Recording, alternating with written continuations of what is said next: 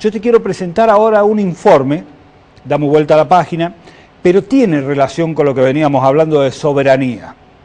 Estamos en un territorio como el nuestro, los cordobeses, pampeanos de Buenos Aires, que nos están viendo por internet, lo que ustedes veían, ese río, enfrente del río, la costa que se ve, hay una parte que es nuestra formoseña, porque da la curva a nuestro río Paraguay ahí, y es el Paraguay, Alberdi, la localidad de Alberdi. Vamos a hablar del Paraguay, pero vamos a hablar del Paraguay desde Formosa. Desde Formosa, una tierra que se convirtió en tierra de salvación para millares de paraguayos que en un momento determinado de su historia tuvieron que exiliarse del Paraguay por razones políticas y llegaron a esta tierra. A esta tierra llegó muy jovencito, un militante revolucionario del Paraguay. Hoy, ¿por qué recuerdo esto hoy? Porque hoy, 18 de octubre, se festeja el Día del Partido Liberal Auténtico del Paraguay. Así como ayer, 17 de octubre, los peronistas tenían el Día del Peronismo, el Día de la Lealtad Peronista, en Paraguay, hoy 18 es el Día del Partido, en este momento podríamos decir gobernante, el Partido Liberal. Hablamos con un paraguayo revolucionario que se sumó a la lucha armada en el Paraguay, integró un grupo guerrillero en Paraguay y que vivió prácticamente toda su vida en el exilio. Tengo entendido que por primera vez habla de esta forma, como va a hablar aquí en este informe, ante las cámaras. Te presento a un militante revolucionario del Paraguay. 18 de octubre, liberal Opuamba, por la patria y el partido de Cabo Libertad. Liberales a la carga, mayor menos Zapucay, Ñamanone, por el bien del Paraguay. 17 de octubre, día peronista. 18 de octubre en el Paraguay es el día del Partido Liberal. Estoy con un histórico militante del Partido Liberal que incluso llegó en su historia a combatir de tal forma al régimen de Stroessner que llegó incluso a sumarse a grupos de luchas armadas que tenía, de guerrillas que tenía el Partido Liberal. Estoy con el señor Bogarín. Bogarín, muchas gracias por atenderme en su casa. No, al contrario, gracias a usted por venir y memorizar esta fecha tan importante para nosotros. ¿Por qué agarran el hito del 18? ¿Qué pasó el 18 como para el Partido Liberal? Sí, el 18 de octubre de 1892 fue el primer movimiento armado contra un régimen de la dictadura ya gobernado por el Partido Colorado. En ese intento muere Machaín, que fue uno de los fundadores del partido, y Eduardo Vera, que era el comando militar, fallecen en este enfrentamiento. En honor a esos, para nosotros, héroes de aquella época de combate contra la injusticia, la dictadura, que ya se perfilaba en aquella época, y intereses internacionales inclusive que estaban en juego, como es los intereses brasileños y argentinos, después de la guerra de la Triple Alianza, donde el Paraguay queda a merced de estos dos países, que por suerte pudimos salir adelante como país.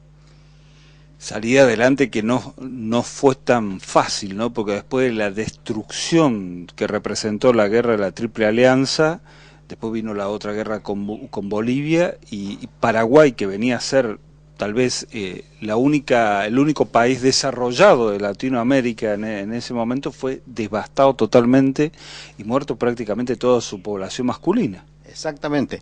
La guerra de la Triple Alianza, que encabezaron Argentina, Brasil y Uruguay, realmente fue propiciado y gestado y financiado por el imperio inglés, que en aquella época dominaba el mundo, ¿no es cierto? De ahí, Paraguay tenía en 1865, antes de la guerra, aproximadamente 1.200.000 habitantes. Después de 5 años de lucha, quedan nada más que aproximadamente 300.000 hombres, ancianos, niños y mujeres. Prácticamente devastado el país, totalmente arrasado toda su pequeña, mediana industria. No nos olvidemos que la fundición de hierro de Ubicuy fue justamente una de las primeras fundiciones de hierro en Latinoamérica. La primera industria siderúrgica, ¿no? Exactamente, exactamente. Fíjese lo que era Paraguay, con siderúrgica, con empresas textiles, con una economía floreciente y con riqueza distribuida equitativamente. Correctamente.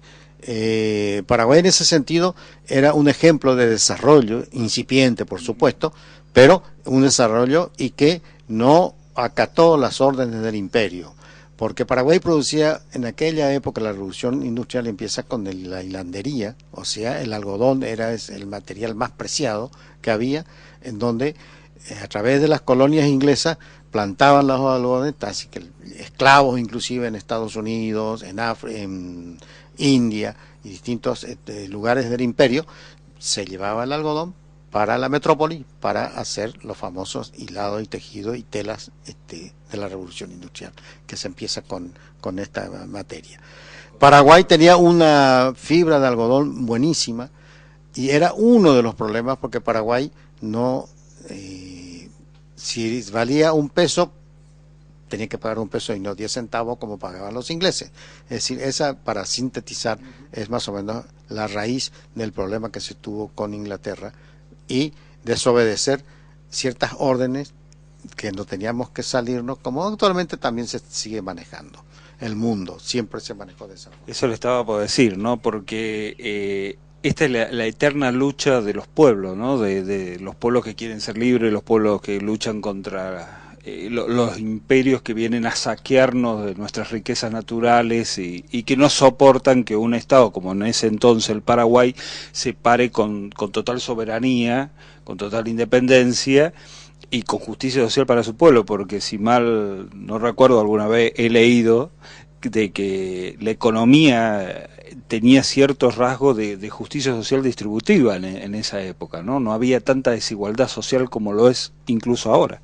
Efectivamente, hay un dicho famoso en Paraguay que hasta ahora, por lo menos los que teníamos cana, solemos escuchar y seguimos escuchando.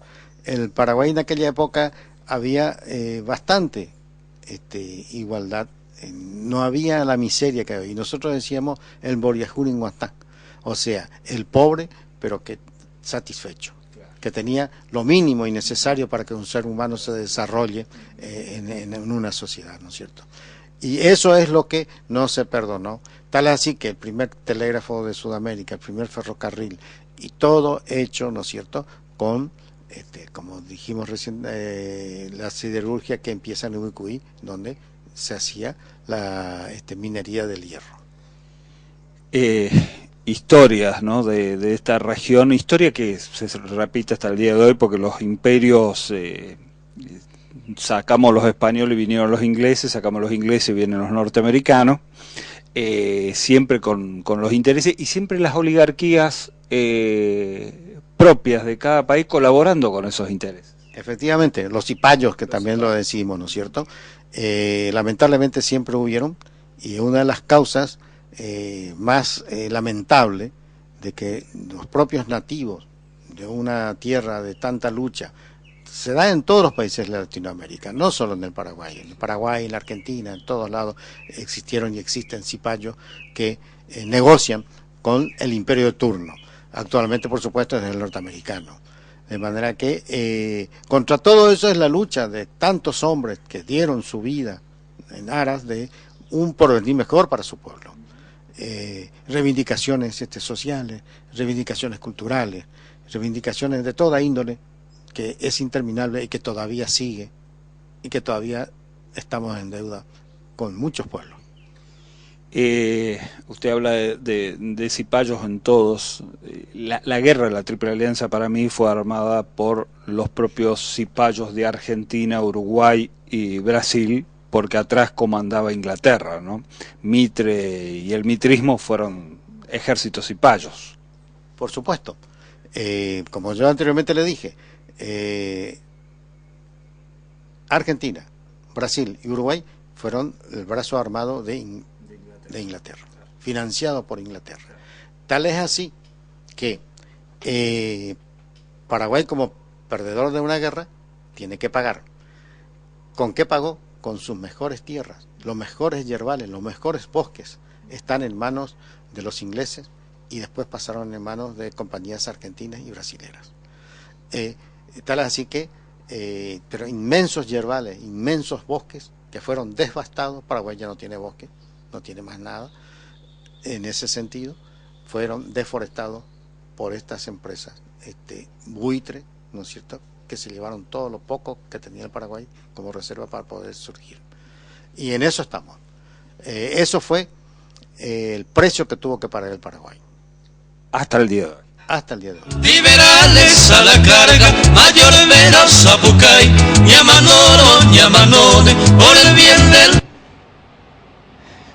Hasta ahí, parte de la historia de lo que fue el Paraguay, que no soportaron las oligarquías argentinas, uruguayas, brasileñas y por supuesto el imperio. No soportaron que exista en Latinoamérica un país que se pare con total soberanía. Por eso te decía que tenía relación esto que estamos contando del Paraguay con el tema de la soberanía hídrica en Formosa. Hablamos de soberanía, de recursos naturales. Ellos, como en el pasado, vinieron por los recursos, aplastaron el Paraguay, tienen la misma estrategia hoy hacia el 2025 de venir por los recursos naturales, en este caso el agua.